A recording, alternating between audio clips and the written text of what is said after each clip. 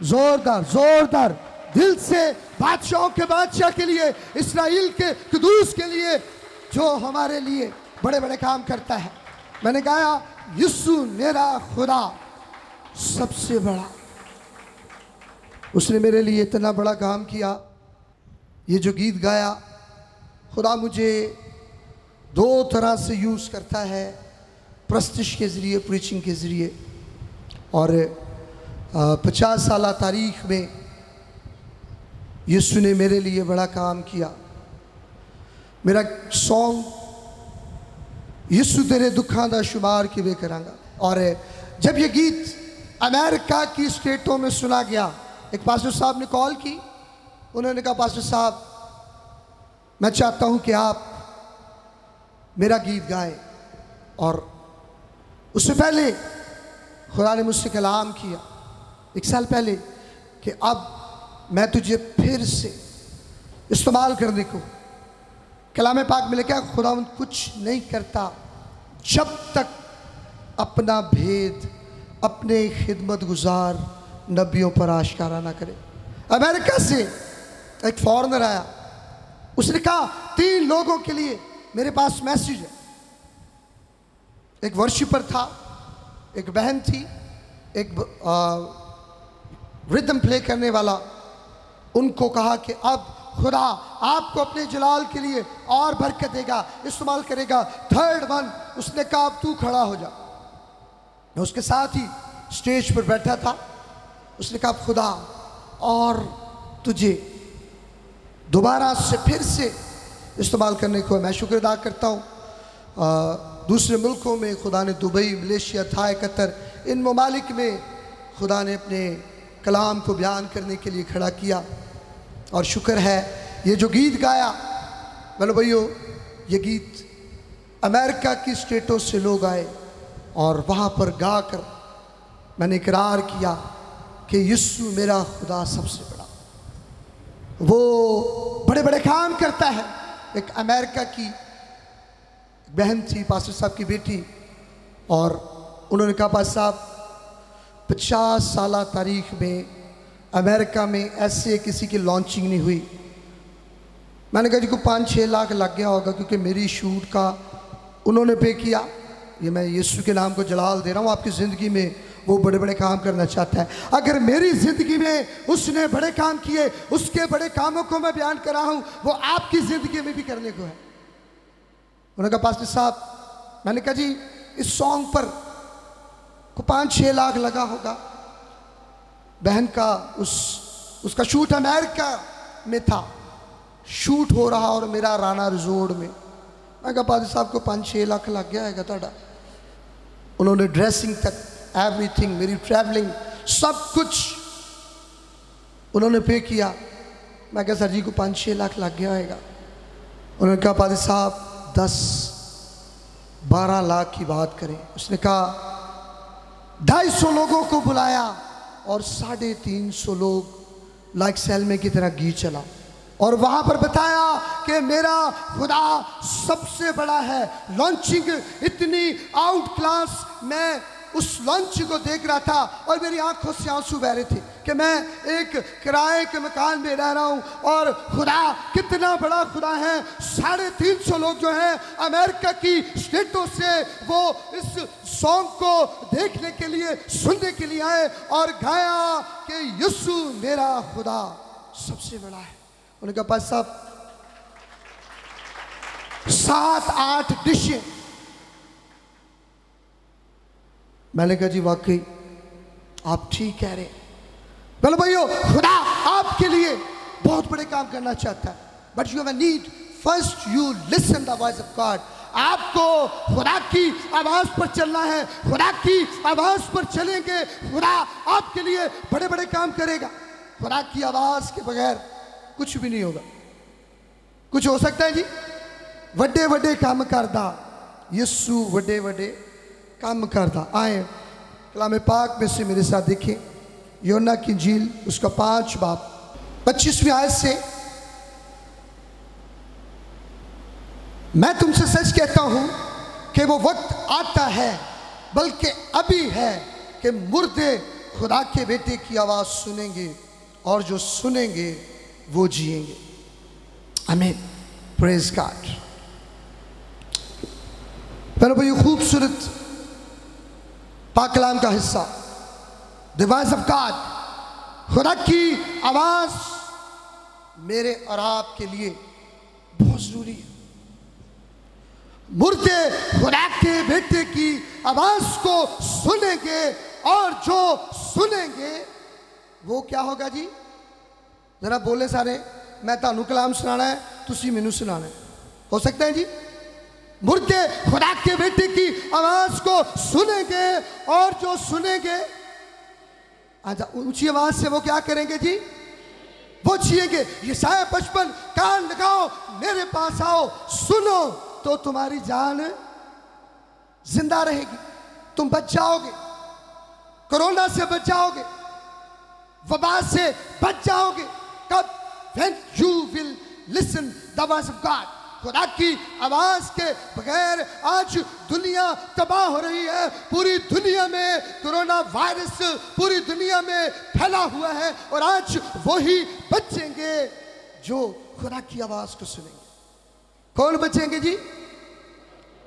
America में आपने लाखों लोगों को देखा, पूरी दुनिया में 2020 से इंडिया में लोग मर रहे हैं, पूरी दुनिया में यहां पर। लेकिन मुर्दे खुदा के बेटे की आवाज को सुनेंगे, जो सुनेंगे वो जिएंगे। इसका मतलब जो नहीं सुनेंगे वो मरेंगे। हाँ, जो खुदा की आवाज नहीं सुनेंगे वो मुश्किलात में, बीमारियों में, दुखों में, तकलीफों में, वबा में वो मरेंगे। Now time is very short. हमारे लिए बड़ा थोड़ा टाइम रह गया। पूरी दुनिया की कलाम पाक को पढ़ें, कौम पर कौम चढ़ाई करेगी। ये मेरे आने की निशानी होगी। ये खुदा की आवाज। हिस्किल 37 में मैं आपको लेके चलता हूं। खुदा हिस्किल को एक वैली में, वैली ऑफ बोन्स, एक कब्रिस्तान की मानित एक जगह पर ले गया और खुदा हिस्किल से कहता है, हिस्किल बता, क्या ये सब जो तू मुर्दा हड्डियां देखता है, बता क्या ये मुर्दा हड्डियां जिंदा हो सकती है? हिस्किल कहता है, खुदा ये तू जानता है, खुदा ये तू जानता है, खुदा तू कर सकता है। आज इन मुर्दा हड्डियों को कलाम सुन। इन्हें कह, मुर्दा हड्डियों आज खुदा का कलाम सुनो।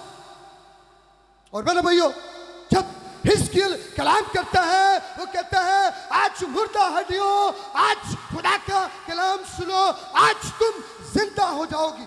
जब ये कलाम उन हड्डियों तक पहुंचा, हड्डियां हरकत में आ गई। हड्डियां जो थी वो मूवमेंट करना शुरू कर दिया।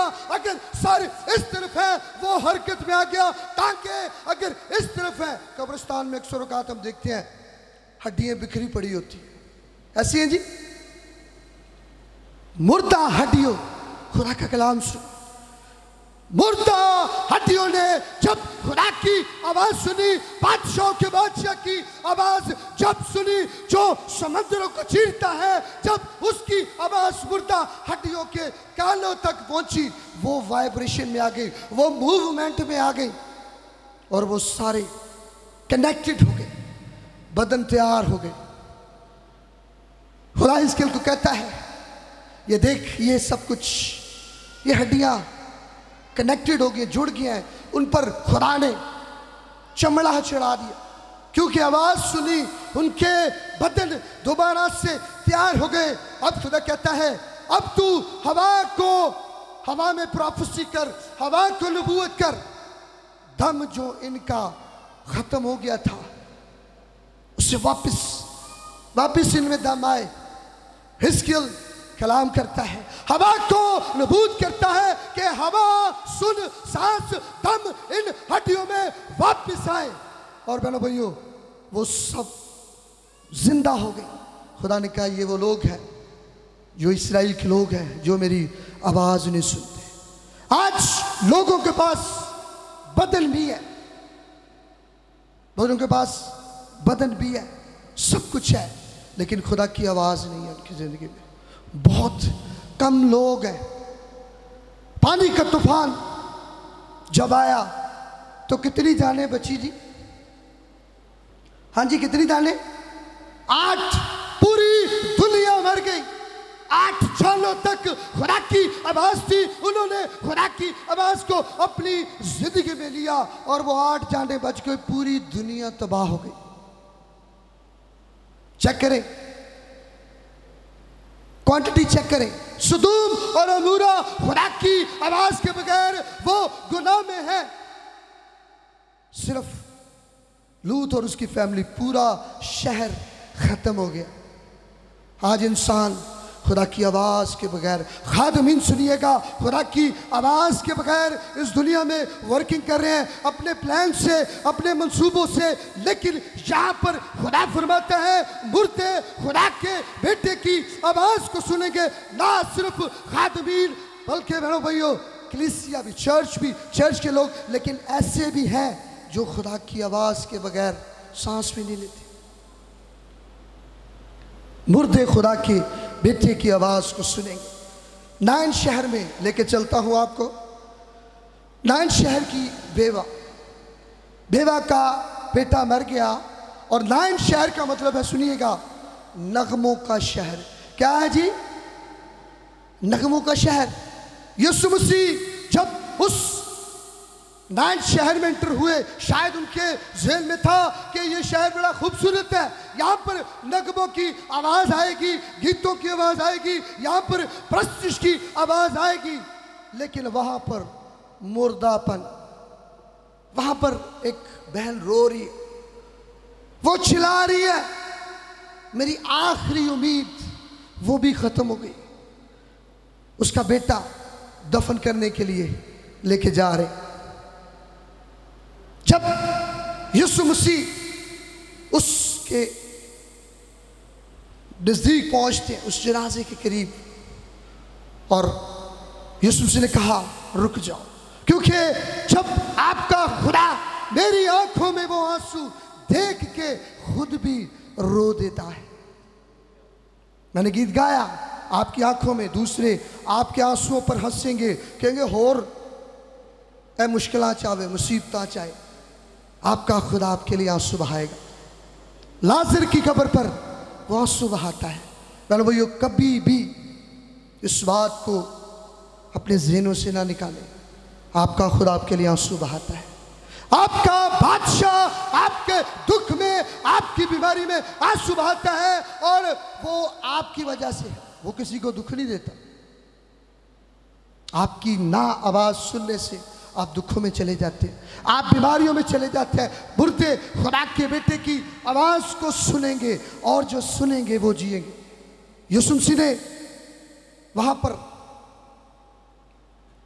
बेवा के बेटे को, यीशु मसीह ने फरमाया, क्या जुबान उठ, और उसी घड़ी वो उठ खड़ा हुआ। यीशु के लिए जोरदार तालियां बजाएगा। मुर्दे खुदा के बेटे की आवाज़ को सुनेंगे। वो मुर्दा उठ खड़ा हुआ। जल्दी से लाजर को बयान करता हूं। यीशु मसीह जब लाजर के घर में गए, मरियम मगदलीनी, मार्था, हाँ, वो कहने लगी, खुदावन ऐ उस्ताद, अगर तू यहां होता तो हमारा भाई ना मरता। वो जानते थे कि अगर यीशु मसीह अगर वो बीमार भी होते, उस वक्त जब लाजर बीमार थे, यीशु मसीह अगर होते तो मिरेकल हो सकता था। उनका ईमान था कि हमारा भाई ना मरता, क्योंकि वो जानते थे कि उसकी आवाज़ में कुदरत है, वो जो कहता है वो कर देता है। अगर तू यहाँ होता तो हमारा भाई ना मरता। यीशु मसीह ने कहा, आज तुम खुदा की कुदरत को देखोगे। आज अगर ईमान लाओगे, खुदा का जलाल तुम्हारे लिए आज ज़ाहिर होगा। उससे कहाँ दफन किया गया? वो कहने लगे, उस्ताद अब तो 4 रोज से वो दफन हो चुका है। अब तो बड़ी बदबू आएगी। अब क्या होगा जी? बदबू आएगी। अगर 4 दिन पहले तू आ जाता, पहला दिन होता, तो फिर शायद वो जिंदा हो जाता। लेकिन अब 4 दिन हो चुके हैं। यीशु मसीह ने कहा मुझे उसकी कब्र पर ले जाओ। कहाँ है? जब उस कब्र पर यीशु मसीह जब पहुंचते हैं, यीशु मसीह ने कहा कब्र पर से पत्थर को हटा दो। क्या करो जी? पत्थर को, जरा बोले सारे, पत्थर को। पत्थर से पहले मिरेकल नहीं है। पत्थर हटता है फिर मौजज़ा होता है। आज सुनिएगा, हमारी जिंदगी में भी बड़े पत्थर खड़े हैं। शायद वो पत्थर तकब्बुर का है, शायद वो पत्थर आपकी जिंदगी में ना माफ करने का है, शायद वो पत्थर आज जालस का है, हसद का है। खुदा आपकी जिंदगी में मिरेकल करना चाहता है। खुदा आपको आजाद करना चाहता है, आपको कर्जों से। शायद वो कर्जे का पत्थर आपके पास खड़ा है। लोग आज खुदकुशी कर रहे हैं, सूद पे पैसा चुकी जाते। हाँ, खुदा ने मना किया। इंस्टॉलमेंट से चीज़ा लई जाते ने। हमारे उधर एक रिलेटिव था,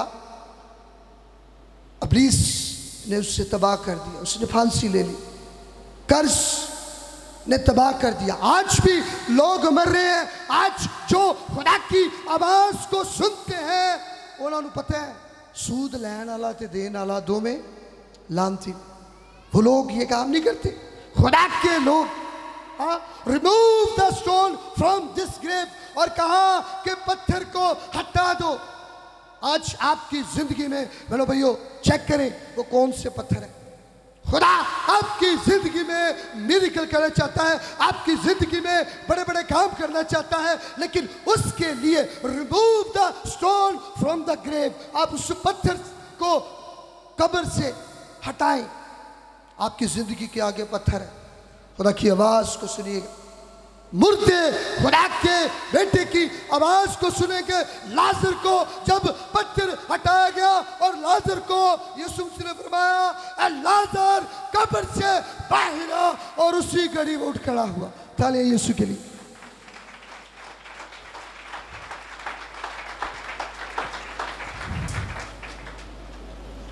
आखिरी बात करके आई क्लोज माय मैसेज। खुदा की आवाज मेरे और आपके लिए बहुत ज़रूरी है। लोग अपने प्लान से, अपने मंसूबों से, खुदा की मर्जी नहीं है, इंसान की मर्जी है। हम दुआएं रबानी करते हैं, जिस तरह तेरी मर्जी आसमान पर पूरी होती है, रोज कहते हैं। क्यों? कि ज़मीन पर खुदा की मर्जी नहीं पूरी होती, ज़मीन पर इंसान की मर्जी पूरी होती। रिश्ता करना है आप ही अपनी प्लानिंग से, हाँ, खुदा से नहीं पूछना। कोई काम करना है खुदा से नहीं पूछना। लेकिन जो खुदा की आवाज़ को सुनते हैं, खुदा को जब फॉलो करते हैं, खुदा उनके लिए बड़े बड़े मिरेकल करता है। मैं शुक्र अदा करता हूँ कि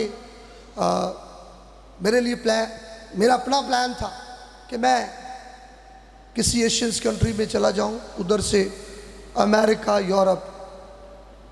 मैं ट्रैवलिंग कर रहा था 5-6 कंट्रीज़ में, और मेरा प्लान था अपने बच्चों के साथ जाने का अमेरिका, यूरोप। क्योंकि खुदा ने 25-26 साल से मुझे ब्लेस किया है, कैन प्रीच इन इंग्लिश। और मैं गई चलो बाहर गोरिया कालिया कलाम सुना के थे बाहर की कंट्री में सेटल हो जाऊंगा। मेरा ये प्लान था। I want to share you. लेकिन जब खुदा की आवाज़ सुनी, सारा प्लान ही मैंने बदल लिया। मलेशिया में एक फैमिली ने मेरा डिनर किया, और उस भाई ने डिनर के बाद उन्होंने कहा सब आओ चलिए बाहर। मुझे वो लेके गया, और एक पेट्रोल पंप पर किसी बहन से उसने पैसे लेने थे, धार देते थे। उन्होंने कहा पादी साहब खाना तो तुहानू खवाता है, पर चंदा तुहानू देने वास्ते नहीं सीगा। मैं कहा भाई जी कोई नहीं, ये तुसी खाना खवाते ही बहुत। 100 रिंगड़, 500 रिंगड़ उसने लेडी से लिए, 100 रिंगड़ मुझे उसने दिए। मैंने कहा सुनिएगा भाई जी, खुदा ने मुझसे कलाम किया है, wherever you will go there I will show my victory. तू जहाँ जाएगा वहाँ पर मैं अपनी कुदरत, अपनी फतह मेरी तेरे साथ होगी। मैंने कहा ये खुदा की फतह है, ये जो कुछ भी हुआ आपको उम्मीद नहीं थी पैसे मिलने की, लेकिन खुदा ने आपके लिए जलाल जाहिर किया। इसी तरह पाकिस्तान मैंने वापस आना था और मेरे दिल में आया कि मैं फिर से उस फैमिली के पास जाऊं, उनका शुक्रिया अदा करूं। ट्रेन से मैं उतरा और मुझे एक स्टोर पे ले गया, कहने लगा पास साहब you are blessed man of God. मैं कहा जी थैंक यू जी।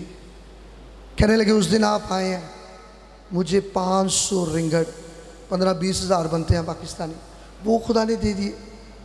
और आज आप आ रहे हैं, खुदा ने मुझे 2.5 लाख रुपया दे दिया। क्या यीशु के लिए ताली बज सकती है? मुझे 2.5 लाख रुपया मिल गया। आप you are blessed man of God. आज हमने इस बात को जान लिया। अब उसका बाप मेरे साथ डील कर रहा है। यूहन्नाबाद से वो अपने बेटे को मिलने के लिए गया था। उन्होंने कहा पादरी साहब अज तक किसी पाकिस्तानी पादरी ना डील नहीं की है, डील ताड़े नाल जे। मैं आगे पता नहीं केड़ी डील है। हाँ कहने लगे एक रूम ताड़ा ताड़ी मिसिस दा ते एक ताड़े बच्चियां दा। कल इस मुल्क में आप वापस आ जाएं, इधर हम आपका चर्च बनाएंगे। हम हर तरीके से हम यहाँ पर आपके साथ हैं, हम आपको सपोर्ट करते हैं। 2 गड्डियाँ सी, एक उन्हें मैंने दे देनी सी। हाँ लेकिन मैंने I was listen the voice of God. जब सुबह मॉर्निंग में मेरी फ्लाइट थी, मैं खुदा की मर्जी के बगैर मैं कदम भी नहीं उठाता।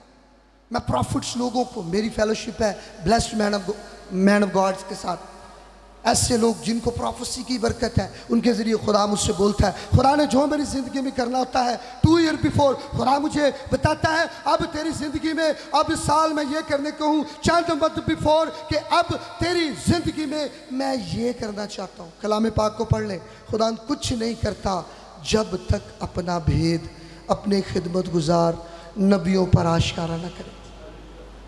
खुदा कुछ नहीं करता। खुदा ने जब ज़मीन को तबाह करना था, खुदा ने नूह को कहा इन लोगों को बता दे मैं दुनिया को तबाह कर लेगा। इब्राहिम को कहा मैं इस शहर को तबाह कर देगा। और मैंने भैया एयरपोर्ट पर मैंने कॉल की अपने दोस्त को, कनाडा में वो था। मैं कहा भाई जी अच्छे मैनू चर्च भी मिल रहा है जी, घर भी मिल रहा है, मेरा अपना भी प्लान्स कि इधर से मैं मूव हो जाऊं अमेरिका यूरोप में। जब खुदा के हुजूर मैंने खुदा के बंदा से वो प्रॉफिट, उसे खुदा ने प्रोफेसी की बरकत दी है। उन्होंने कहा पादी साहब एशियंस कंट्रीज से तुसी नहीं ठहरना, खुदा ने इससे भी आगे आपको लेके जाना है। कांटा उसी वक्त फेर दिया। मेरा प्लान था I want settle in any country, लेकिन कांटा फेर दिया।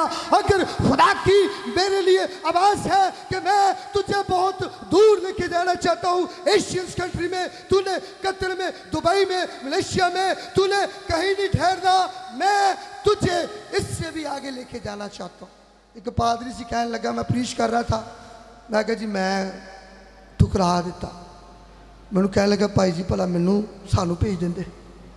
हाँ और तुसी नहीं जाना ही तो मैनू भेज देंगे।